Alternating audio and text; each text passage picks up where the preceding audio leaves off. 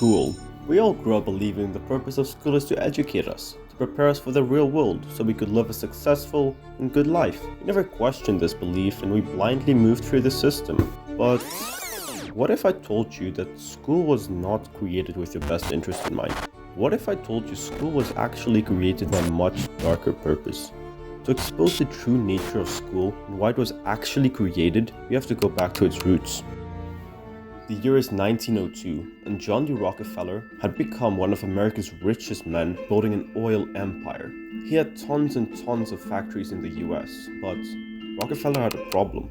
With his rapidly expanding empire, he was having trouble getting enough people to run his factories, work mules doing the hard work while he was getting rich. Rockefeller knew that he needed a steady stream of employees for his ever-expanding empire of factories. So what does Rockefeller do?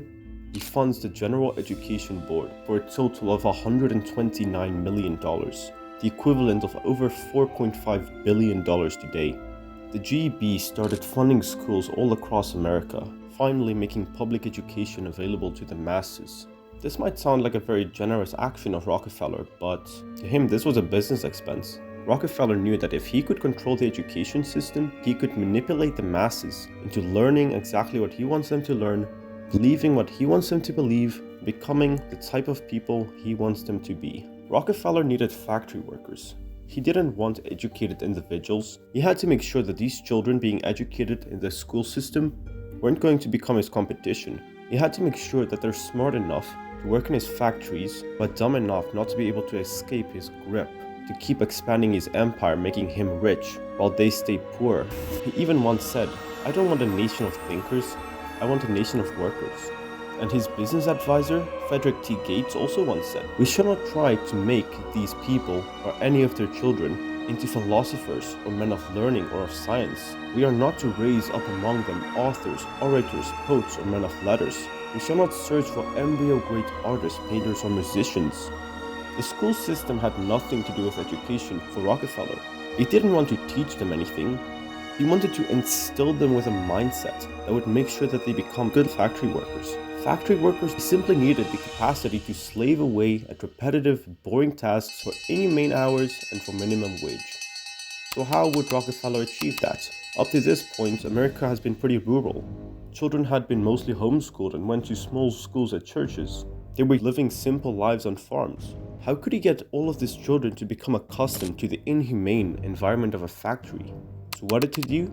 He mimicked the environment of a factory into every school.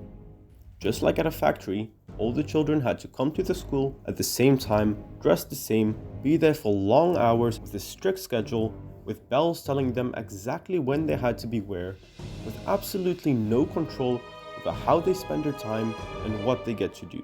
They had to follow the system, do exactly what they're told, and not question anything. In Rockefeller's factories, they would produce products. And the most important thing of a factory is creating a high quantity and high quality products. So how would Rockefeller mimic that environment? He mimicked it with learning. Children would sit at desks for long hours every day doing repetitive learning tasks. The point was to instill the mindset of production into them. They had to sit, learn the information, do tasks, and then the most important part of all, they had to do tests.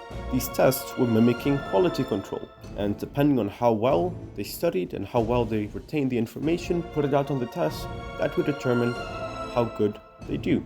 That would mimic the way that you produce products in a factory. They would produce the product, and the higher quality of their produce, the higher quality grade they would get, represented by a pretty little red letter on their test. The man was a genius. He just created a workforce that was submissive, uncreative, unintelligent, and obedient. They would run his empire for him, making him one of America's richest men, while they all stay poor and unintelligent. Now, that's all cruel and sad, but here comes the truly sad part. It's been over 120 years since the creation of the public education system, but nothing changed. Fundamentally, we're still in the exact same system. Sure, the content being taught in schools might have changed a bit, but like Rockefeller said, the content didn't matter. The belief that it was instilling into these children. That is what school is truly about. The school system is broken, and if we continue on with this road, it's not going to look pretty. We have to reinvent the education system. The first step to changing the education system is to spread awareness of its origin and getting people to understand that it's broken. So if you want to help with this mission of changing the education system and reinventing it, you can start by just sharing this video with a friend. Bring awareness to the current state of the education system so we can all stand together and change it for the better.